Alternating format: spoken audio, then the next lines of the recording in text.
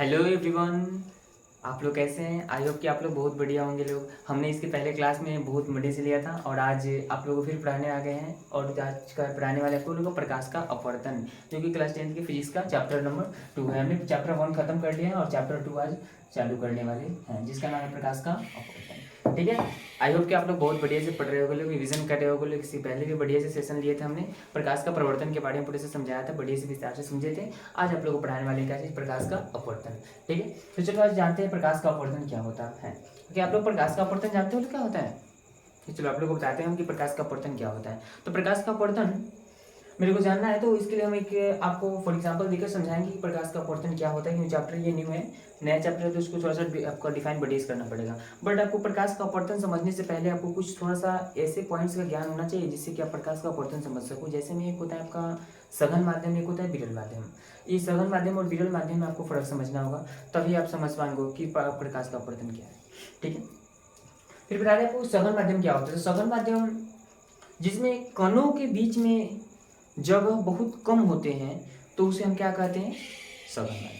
और जब अणु या परमाणु या फिर कण के बीच में जब जगह अधिक होते हैं, मतलब कि होते हैं किसके कंपेयर में, सघन माध्यम के कंपेयर में ज़्यादा होते हैं, तो उसे हम क्या कहते हैं, विरल माध्यम। विरल माध्यम किसे कहते हैं? जब कणों के बीच में जगह होता है, स्पेस होता है, तो उसे हम क्या कहते हैं, आपका विरल माध्यम। और जब स्पेस नहीं होता, मतलब जगह नहीं होता है, तो उसे हम क्या कहते हैं, सघन माध्यम कहते हैं। जैसे में आपको हम एक चीज दिखाना चाहते हैं, जैसे ये आप लोग देखेंगे, ये जैसे डस्ट है, ठीक है। इसकी एक कण है जो कि एक माने कि इसके छोटे छोटे कण है, जो इसको दाबेंगे तो ये दब जाएगा। क्यों? क्योंकि इस कणों के बीच में क्या है, जगह खाली है, जिस कारण से क्या हो जाएगा, दब जाएगा। कि कौन सा माध्यम हो जाएगा, आपका विरल माध्यम हो जाएगा। और ये रहा आपका एक डस्टर। क्या इस डस्टर को हम दाब सकते हैं? इसको नहीं दाब सकते। क्यों? क्योंकि इसके कण के बीच में जगह खाली नहीं है, जिस कारण से ये क्या है, ये ठोस है, इसलिए हम इसको क्या कह सकते हैं, आपका सघन माध्यम कह सकते हैं। ठीक है, तो जब कणों के बीच में जगह होता है तो उसे हम क्या कहते हैं, आपका विरल माध्यम। और जब कणों के बीच में जगह नहीं होता है तो उसे हम क्या कहते हैं, आपका सघन माध्यम कहते हैं। ठीक है, ओके।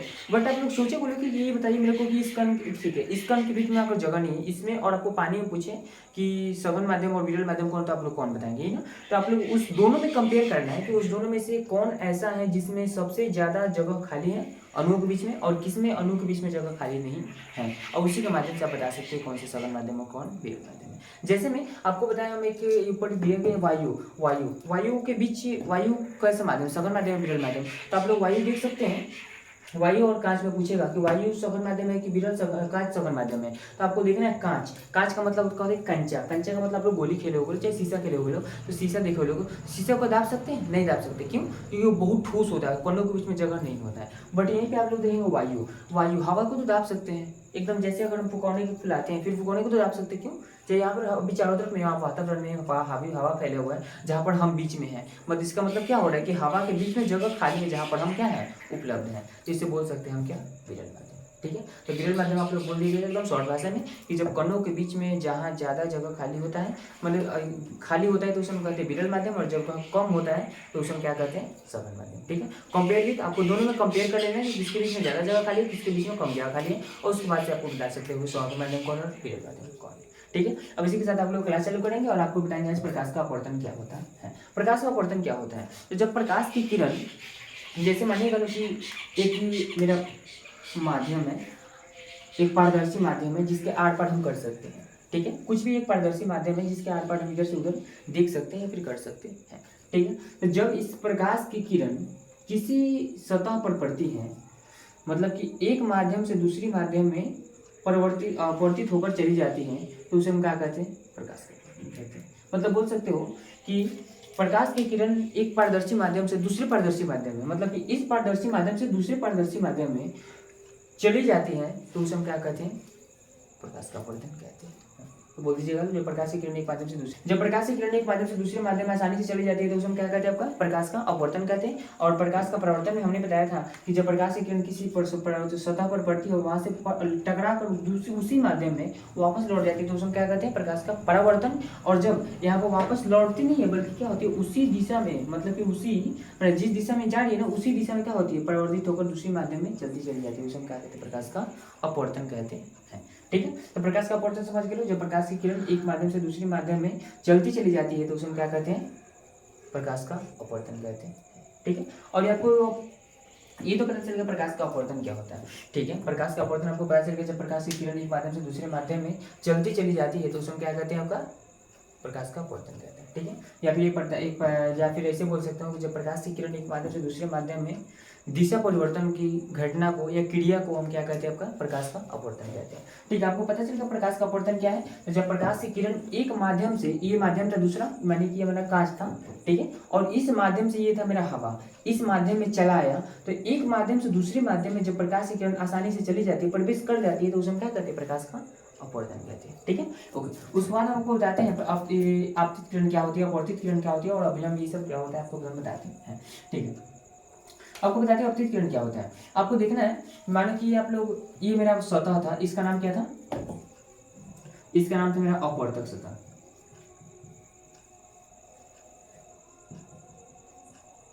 क्या था मेरा, ये अपवर्तक सतह था। ठीक है, अब ये अपवर्तक सतह है। ठीक है, अब एक प्रकाश की किरण इस पे आ रही है, किस पे, ये आपका ये क्या हुआ है, अपवर्तक सतह पर। जब प्रकाश की किरण ऐसे बोल दीजिएगा लोग कि प्रकाश की किरण आती हुई अपवर्तक सतह पर आने वाली किरण को हम क्या कहते हैं, आपतित किरण कहते हैं। ऐसे बोल दीजिएगा कि अपवर्तक सतह पर आने वाली किरण को आपतित किरण कहते हैं, और अपवर्तक सतह से दूसरी माध्यम में जाने वाली किरण को अपवर्तित किरण कहते हैं। ठीक है, तो आपतित किरण किसे कहते हैं, तो आपतित किरण आप बता दीजिएगा कि अपवर्तक सतह पर आने वाली किरण को आपतित किरण, और अपवर्तक सतह से जाने वाली किरण को अपवर्तित किरण, या फिर इसको निर्गत किरण भी कहते हैं।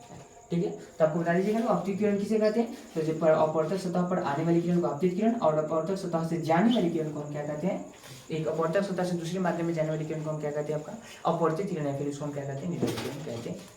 ठीक है, आपको पता चल गया क्या होता है, अपवर्तित किरण भी समझ गया आपको, अपवर्तित किरण भी समझ गया। ठीक है, उसके बाद आपको अपवर्तक सतह किसे कहते हैं। अपवर्तक सतह में आप लोग बता दीजिएगा कि आपतित किरण जिस सतह पर पड़ती है, मतलब कि आपतित किरण जिस सतह पर पड़ती है उसे हम क्या कहते हैं, आपका अपवर्तक सतह कहते हैं। ठीक है, जिस सतह पर पड़ती है, इस सतह पर पड़ी है ना, तो इस सतह क्या है, मेरा अपवर्तक सतह है। ठीक है, और आपको आपतन बिंदु पूछेगा तो हमने आपको लोगों को प्रकाश का परिवर्तन में हमने आपको बढ़िया से बताया था ये बिंदु क्या होता है। तो हमने बताया था कि जब आपतित किरण जिस बिंदु पर पड़ती है उसे हम क्या कहते हैं, आपका आपतन बिंदु कहते हैं। वैसे ही इसमें भी होता है कि आपतित किरण जिस बिंदु पर पड़ती है उसे हम क्या कहते हैं, आपतन बिंदु कहते हैं। ठीक है, तो ये मेरा क्या होगा, ये आपतन बिंदु है।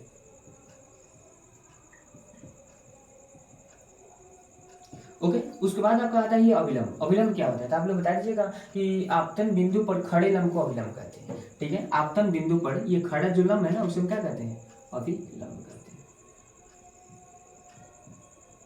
ओके, तो आप लोग पता चल गया अभिलंब क्या होता है, और ये आपतित किरण क्या होता है, अपवर्तित किरण क्या होता है, आपतित बिंदु अपवर्तक सतह क्या होता है, आप लोगों को पता नहीं चल गया होगा। एक बार इसका डिवीजन देकर फिर आगे क्लास लेंगे।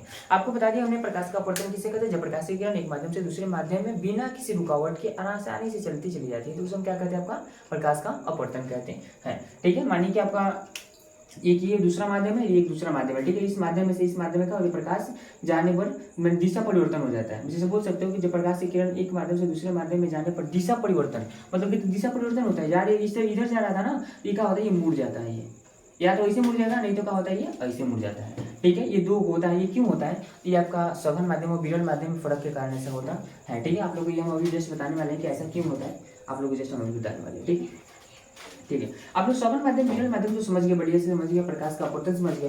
अब आपका क्वेश्चन आता है कि जब प्रकाश की किरण सघन माध्यम से विरल मीडियम में जाती है तो अभिलंब की ओर मुड़ जाती है, किरणें की अभिलंब से दूर हट जाती है, या फिर जब विरल माध्यम से सघन माध्यम में आती है तो प्रकाश की किरण उससे अभिलंब से दूर हट जाती है कि उससे नजदीक आती है। ये क्वेश्चन आपसे पूछता है। ठीक है, तो इस क्वेश्चन को हम बताने के लिए आपको बताएंगे एक बहुत अच्छा सा ट्रिक है मेरे पास। जैसे मानिए ना, एक फॉर एग्जाम्पल देकर बताते हैं आपको।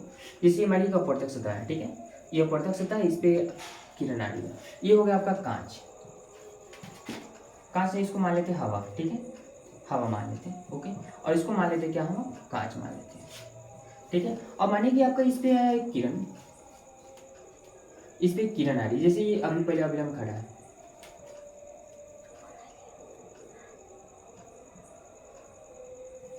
ठीक है, ये अभिलंब खड़ा है और इस पे एक किरण आ रही है।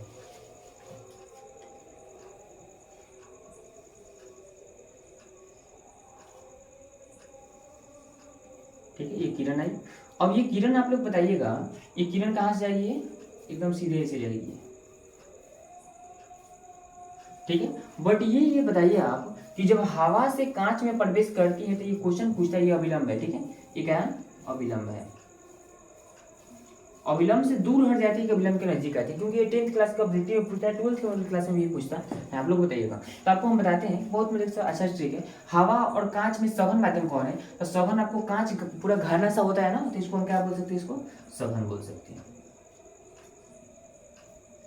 ओके, और हवा थोड़ा सा वो खाली है ना जगह, इसके अंदर अणुओं के बीच में जगह खाली होती है, इसे हम क्या बोल सकते हैं, इसको हम विरल बोल सकते हैं। ओके, तो सघन और विरल हो गया। अब आप लोग बोलिएगा मेरे को कि बताइए जो आपतित किरण आती है,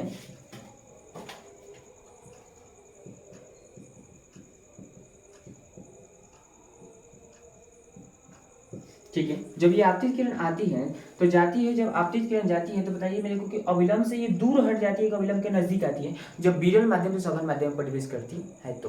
ठीक है, तो आप बताइए कि मेरे को कि जब विरल माध्यम से सघन माध्यम में प्रवेश करती है तो पता है क्या होता है, विरल सघन 100 मतलब कि सट जाती है। तो आप लोग बता दीजिएगा, सघन 100 से क्या होती है, सट जाती है। क्या होती है, ये सट जाती है। किधर?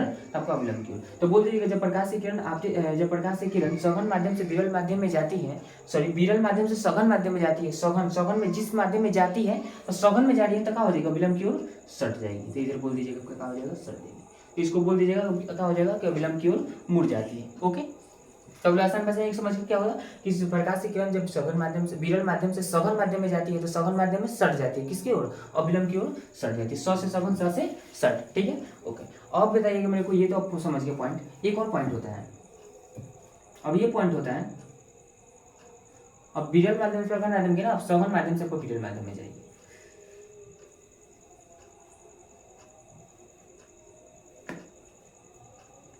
इसको डॉटेड लाइन से दर्शाते हैं क्योंकि इतना ज्यादा नहीं है, ऐसे। ठीक है, ऐसे जा रही है। अब बताइए मेरे को, ये है आपका सघन माध्यम और ये आपका क्या, विरल माध्यम।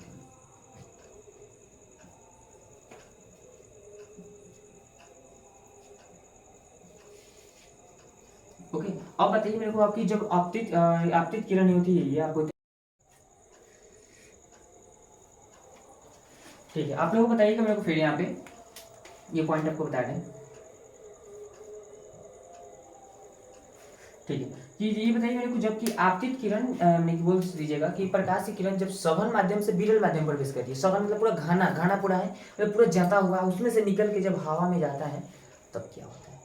ठीक है, तो आप बताइए मेरे को, जैसे एक शॉर्ट मेरे को बस एक टेक्निक है जिससे बता सकते हो। मानो कि कहीं पे पूरा भीड़ लगा हुआ था, पूरा भीड़ लगा हुआ था, इतना जाम था, उतना जाम था, और उसमें व्यक्ति एक तो आप चाहे हम फंसे हुए थे, पूरे एकदम फंसे हुए थे, एकदम जताया जाए। ठीक है, और उससे निकल गए, एकदम भीड़ से निकलेंगे तो क्या हो जाएंगे, एकदम पूरा फैल जाएंगे ना, क्या हो जाएगा, दूर हट जाएगा ना सब लोगों से। तो इसको बोल दीजिएगा कि जब प्रकाश की किरण सघन माध्यम से विरल माध्यम में प्रवेश करती है तो क्या होती है, अविलंब से दूर। ठीक है, तो जब घना होता है तो घनी जगह से जब निकलते हैं तो लोग क्या होते हैं, दूर हटना चाहते हैं ना, एकदम क्यों हवा लगेगा मेरे शरीर में, क्यों गर्मी हो रहा है। ठीक है, तो बोल दीजिएगा कि जब सघन माध्यम से विरल माध्यम पर प्रवेश करती है तो क्या होती है, आपका अविलंब से दूर हट जाती है। और आपका जब विरल माध्यम से सघन माध्यम पर प्रवेश करती है तो 100 से सघन, 100 से सट जाती है। ठीक है, तो आपको पता चल गया कि जब प्रकाश की किरण विरल माध्यम से सघन माध्यम पर प्रवेश करती है तो क्या होती है, सघन सट जाती है, विरल मतलब कि दूर हो जाती है। ठीक है, सघन घना से निकलेगा तो क्या हो जाएगा, बहुत दूर हटना चाहिए, क्यों, क्योंकि पूरा भीड़ में जता कर पूरा गर्मी लग रहा था, वो लोग कहा चाहते हैं चलो दूर हटते हैं। तो उसका बोल दीजिएगा आप लोग कि जब सघन माध्यम से विरल माध्यम में जाती है तो क्या होती है, पूरा दूर हट जाती है। ओके, ठीक है, तो आप लोग समझ गए सघन माध्यम विरल माध्यम क्या होता है, और आपका आपतित किरण, आपतन बिंदु, अपवर्तित किरण, अविलंब और वायु, ये सब क्या होता है आप लोगों को नहीं समझा दी। प्रकाश का अपवर्तन भी हमने समझा दी। प्रकाश की किरण जब एक माध्यम से दूसरे माध्यम में प्रवेश करती है तो क्या होता है, जब प्रकाश की किरण एक माध्यम से दूसरे माध्यम में प्रवेश करती है तो क्या होता है कि उसके दिशा परिवर्तन के दर को हम क्या कहते हैं, दिशा परिवर्तन हो जाता है। ठीक है, एक माध्यम माने कि इस माध्यम था, इस माध्यम से इस माध्यम में प्रवेश करी तो इसकी दिशा क्या होगा, परिवर्तन हो गया। देखिए आप देखिए कि दिशा ये जा रहा था इधर, बट क्या हो गया, इसका दिशा परिवर्तन हो गया ना, ये अविलंब की ओर मुड़ गया, यहाँ पे क्या होगा, अविलंब की दूर हट गया। ठीक है, तो इसी को हम क्या कहते हैं, प्रकाश का अपवर्तन कहते हैं। ठीक है, तो प्रकाश का अपवर्तन आप लोग बता देंगे लोग। ठीक है, इस क्लास में आप एंड करेंगे, फिर मिलते हैं कल नेक्स्ट क्लास में। ठीक है, अगर क्लास अच्छा लगा हो तो लाइक शेयर एंड कमेंट करना ना भूलें। Thank you.